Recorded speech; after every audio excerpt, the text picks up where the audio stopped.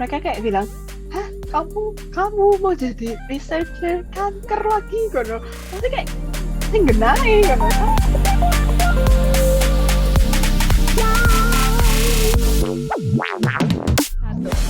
Hai teman-teman, kembali lagi di podcast 15 menitan, podcast di mana kita membahas bidang-bidang unik bersama dengan teman-teman yang sedang berjuang demi masa depan mereka dan juga masa depan Indonesia.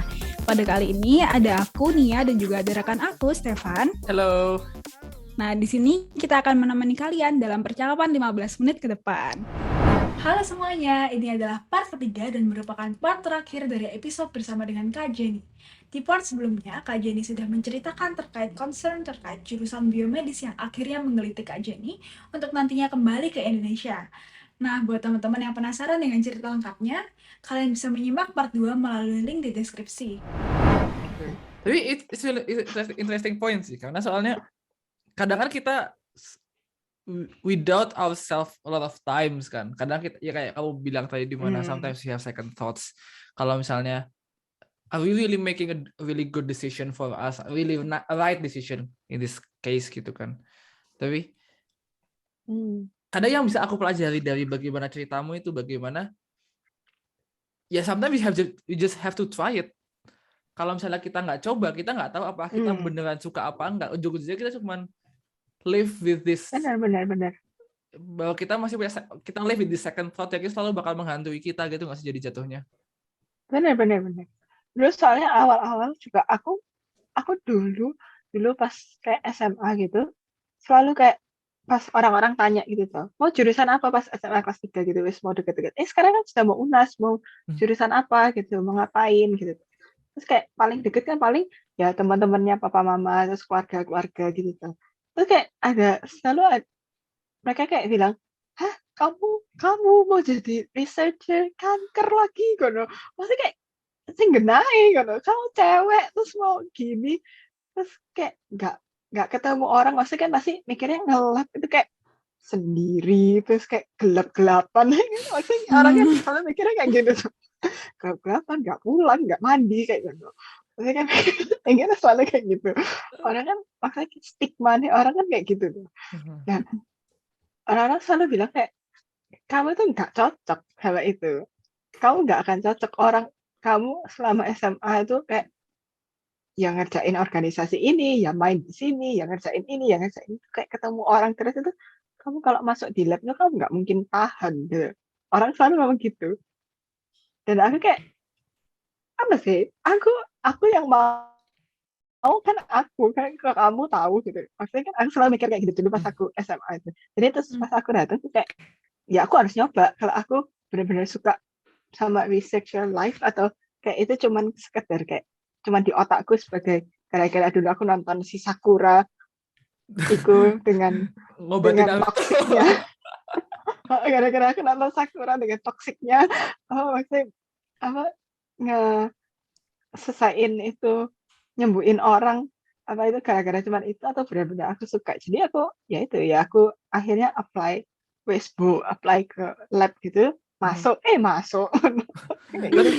That surprised me though, karena bahkan kayak di salah satu yang ini question kita yang ditulis oleh sama Nia juga, kayak kita expect bahwa kamu itu ada di environment yang selalu benar-benar mendukung kamu gitu loh, kayak kamu di environment yang benar-benar nge-support kamu along the way, kayak kamu mau apapun mereka bakal support kamu. But in the story you told us kalau misalnya a lot of times they doubt you.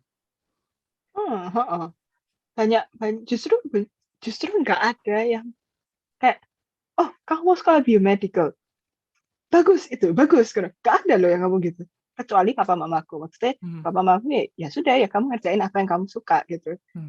Somehow semuanya pasti bilang kayak buat apa itu, apa maksudnya kamu kalau kamu mau sampai research kan kamu nggak bisa stop di S1, kamu masih S2, masih S3, pasti apa dan lain-lain gitu, kamu nggak akan selesai gitu. Jadi hampir nggak ada. Terus mereka semua pasti ngomong gini, kan kamu cewek, kenapa kamu harus susah-susah gitu. Itu aku di situ kayak guatel, kayak apa sih? Di situ guatel nih, maksudnya ya dulu mungkin soalnya dulu kan aku masih kecil dan lain-lain. Jadi kayak kalau dengar gitu kayak langsung switch on gitu, kayak ih apa sih gitu. Kayak gitu sih. Oh, wow. Ya hampir Yeah, you do it anyway. Makanya sekarang kayak habis graduate terus mereka kayak, waduh kamu itu ya, apa maksudnya cocok juga ya. Terus I'm like, yes. Savage. It's a I good love way that to prove them. energy. Iya. Kayak kamu suka di situ, tentu.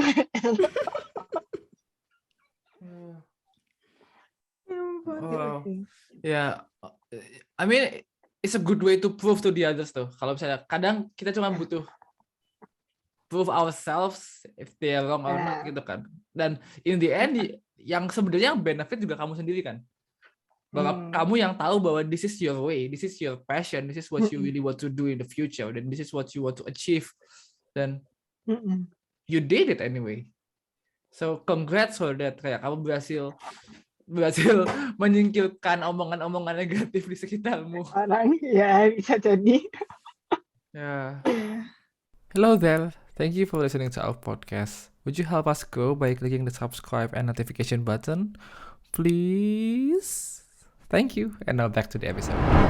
Nah, mungkin kita bisa ngomongin soal kayak karena kan kamu udah punya start your career di Korea gitu kan. Kamu punya mimpi juga untuk memperluas karirmu ke nanti mungkin ke UK atau ke US atau kemanapun kamu memutuskan buat master. Dan kamu pernah berpikir gak nanti ketika kamu misalnya kan sekarang gini kamu nyaman kan dengan kehidupanmu di Korea gitu. And maksudnya untuk sampai kamu di titik sekarang di mana kamu nyaman dengan kehidupanmu di Korea, it's not an easy process kan, di mana kamu harus adapt with a lot of things. Dan nanti kamunya juga ketika aku pindah ke tempat lain, kamu juga harus re-adapt again with the new situation. Is there any interesting stories kayak di mana ketika kamu pertama kali masih berjuang buat adapt with the situation in Korea gitu? Jujur ya, tapi buat aku dulu pas pertama kali datang ke Korea itu kayak biasanya orang-orang kan selalu bilang kalau misalnya mereka pergi pertama kali ke luar negeri, kayak oh pasti homesick, oh penyesuaian pasti nggak bisa, tapi apa pasti ada kayak satu momen kayak kamu benar-benar kayak regret kenapa ya kok aku datang ke sini kayak gitu maksudnya. Tapi sejujurnya dulu aku pas pertama kali datang itu kayak ya nggak ada, maksudnya menurut aku penyesuaian adabnya cukup cepet sih, kayak paling ya yang shocking ya coba astaga harga apel semahal itu kayak gitu. Definitely could relate to that ya. Kayak sing genahe iku sak karung mbak kayak gitu kan di Indo dapat sak karung ini mahal ya kayak gendeng mahal. Nah ya cuma selain dari itu hal-hal yang kayak hal-hal biasa kayak harus imbang balance kayak school sama kerjaan rumah, kayak harus nyuci baju, harus kayak gini itu sih menurutku aku nggak terlalu kayak ya apa gitu sih, kayak ya sudah ya nggak mungkin juga dari dulu soalnya pas aku kecil kayak di rumah pun kayak semuanya juga mandiri, kayak ya sudah dari kecil kayak ya sudah cuci piring habis makan cuci piring kayak gitu itu sudah kayak maksudnya dari kecil sudah dilakuin, jadi aku pas pindah kayak aku hidup sendiri pun nggak ada masalah yang kayak luar biasa besar kayak apa gitu sih. Oke. Sebenarnya nih aku mau ada pertanyaan sih, kan kayak living in Korea tuh kayak orang ngelihatnya ya aesthetic life and so on gitu. Memang ya. aesthetic saudara-saudara. Could you give us kayak pandangan kamu kayak hidup di Korea itu sebenarnya gimana sih, hal-hal yang orang tuh mungkin nggak tahu gitu loh sebagai student di Korea. Apakah kayak misal mereka ambis banget atau gimana gitu? Aku nggak bisa ngomong kayak yang di luar ya, tapi yang di sekitar aku dan aku ya di KU gitu tuh, ya di Korea University, orang-orangnya ini kayak ya sudah ya top mereka masing-masing sekolahan ya kayak anggap aja kayak UI gitu, UGM atau UI ya ini kayak UI-nya Korea gitu. Jadi mereka semua masing-masing itu sudah kayak on fire semua, kayak gitu, kayak tiap hari kayak on fire gitu lah maksudnya. Mereka kayak belajar kayak wih gendeng kayak sampai jam 2 sampai itu nggak tidur sampai ya apa gitu. Nah, kayak aku pertama lihat kayak ayo kamu nggak tidur kayak gitu. Mereka semua kayak ya itu ya ambis ya, menurutku mereka semua itu, dan mereka semua sudah biasa kayak nomor 1 di sekolah dari SD. Mereka kayak semuanya kan dari SD kayak kamu harus masuk kamu harus masuk Sky, kamu harus masuk Seoul University, kamu harus masuk Yonsei, kayak gitu, kayak sudah didoktrin gitu loh ceritanya dari kecil itu. Jadi sekarang pun mereka kayak di sini kayak ya sudah ya luar biasa on fire, kalau sekolah kayak oh astaga luar biasa kayak woi apa lagi. Nah di situ terus aku di sini melihat kayak oke, kayak gitu bye. Maksudnya aku sih kalau aku sih nggak terlalu kayak gitu sih, tapi mereka ambis, terus mereka kayak rata-rata semuanya kerja cepet. Itu salah satu yang oke sih menurutku. Jadi kayak semuanya kayak cepat. Balik. Cepat. Tapi Gitu. kamu pernah nggak sih kayak terpressure sama cara kerja mereka? Yang misalnya mereka yang benar-benar ngambis, mereka sampai mengutamakan benar-benar belajar. Kayak kamu tadi bilang mungkin kamu nggak begitu, kamu nggak kayak mereka gitu kan, kamu lebih santai. Tapi kamu pernah nggak sih kayak terpressure sama mereka gitu, apalagi kamu hidup di lingkungan yang sama? Terpressure sih pasti pernah. Soalnya mereka suka belajar kayak mereka dimanapun belajar. Jadi aku kemanapun kayak aku mau pergi makan, lewati kafe, mereka semua di situ belajar, sedangkan sekolah baru aja mulai. Saya kayak kalian belajar apa? Tapi aku kayak aku juga harus belajar. No, ya pergi gitu. Aku lebih kayak gitu ya. Karena terpressure kalau memang itu sudah dekat-dekat ujian, terus aku lihat mereka kayak astaga, aku juga harus belajar. Kayak gitu pasti itu oke sih menurutku. Aku juga tertriggernya itu kayak kalau aku benar tahu kalau aku salah, kalau soalnya aku terlalu banyak bermain, aku salah, terus aku lihat mereka belajar, terus aku kayak oke, kayak merasa ketegur gitu, ditegur sama apa yang mereka lakukan. Tapi kalau kayak semester baru mulai kayak 1 minggu yang lalu dan kamu belajar kayak gitu, aku sih nggak ngurus, ya wes sih kamu, aku belajar main. Gitu. Tapi ya itu yang penting kayak kamu you know yourself kan ya, pada apa yang Ya, kamu tahu pace butuhin. sendiri sih. Ya. Tahu pace-nya kita masing-masing. Kalau aku ngikuti pace-nya mereka mati sih, gendeng. Aku bisa gila sih rasanya. Yeah. Maybe this is one of our last question sih, kayak salah satu yang terakhir juga. Kayak kamu hidup di kamu juga dibilang kan kayak berkompetisi juga kan dengan mereka di lingkungan yang sama di mana orang itu. Di mana kamu harus benar-benar achieve their standard kan. Di mana itu benar-benar tinggi kan di Korea gitu, apalagi di KU gitu, one of the top uni in Korea. Pernah nggak sih ngerasa capek gitu kamu? Capek sih, ya capek ya sudah. Tapi capek sih pasti capek lah ya. Soalnya kan nggak, maksudnya kayak tiap hari on kayak full mood gitu. Tapi apa ya, kayak ya sudah. Kalau aku enjoy. Aku kayak enjoy dengan semuanya. Jadi semuanya yang kayak orang-orang bilang, wih itu gendeng berat soro gitu. Jadi kayak nggak terlihat berat gitu. Karena aku benar-benar kayak enjoy sih. Oke, yeay, asik. Oh, ternyata itu juga asik. Oh, interesting. Kayak gitu sih aku. Keren Aku ya, lebih berarti kayak carefree. adaptif Kayak banget, ya kan? santai di pantai gitu. Kayak, wih, enak. Oh, ini aku nggak bohong. Maksudnya, ini benar soalnya kayak aku sama teman-teman yang international student yang lain itu sama adik-adik kelas juga, kita ngambil kelas yang sama. Terus aku kayak, ya sudah ya. Kalau dengerin profesornya kayak profesor ngomong apa saya nggak ngerti, ya wes kan. Tapi adik-adik kelas kayak astaga itu apa, kayak kenapa kok kamu nggak ngerti, terus kayak Cece ini apa kan, kayak aku nggak tahu. Kayak kita butuh sih apa mindset itu kadang-kadang untuk sama-sama bodoh lah, peduli apa. Ada saatnya kita akan mengerti lah intinya. Ya sudah ya wes, maksudnya nggak usah hidup terlalu terbeban kan rasanya, nggak harus terbeban untuk jadi nomor 1 terus kayak, ya sudah is okay. Santai, oke. Iya, benar-benar. Oke, mungkin ini agak last question lagi kan, ini Stefan udah bilang last question kan, ini last banget deh.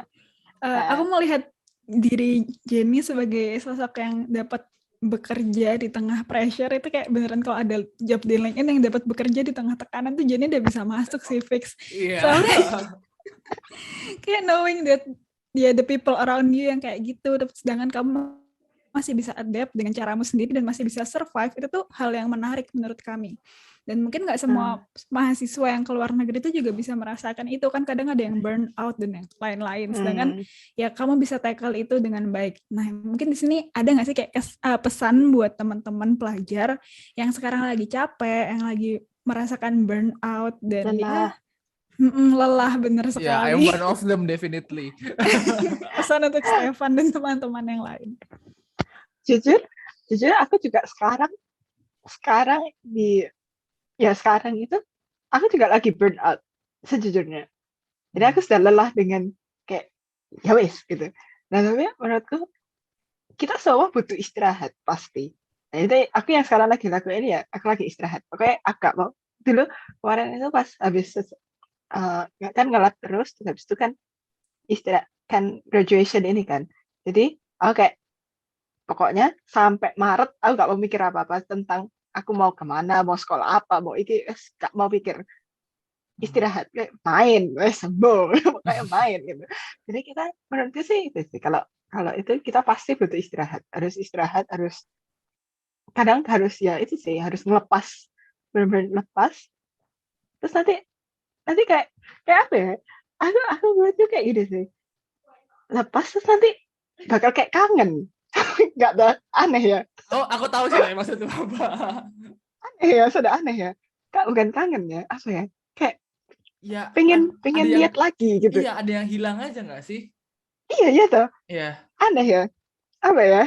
No, it's not weird. I mean, itu kayak udah kayak siklus kan jatuhnya kayak. I mean, ya kamu butuh istirahat, and then there will be moments di mana kamu akan kembali lagi kepada hal yang emang kamu suka gitu nggak sih?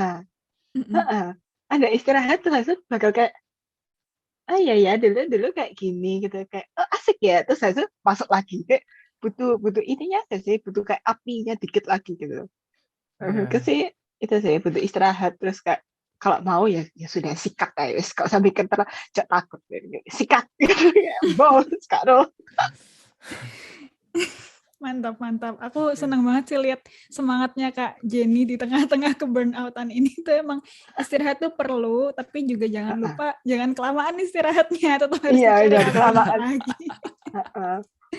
Ya, tapi sebenarnya seru banget sih ngobrol sama Kak Jenny dari tadi. Cuman sayang banget kita harus mengakhiri perbincangan kita di sesi kali ini. Jadi buat teman-teman yang masih pengen tanya-tanya soal Korea University, dan juga ini fun fact juga Kak Jenny pas lagi ke Korea kan belum ada topik ya Kak ya buat daftar pas itu.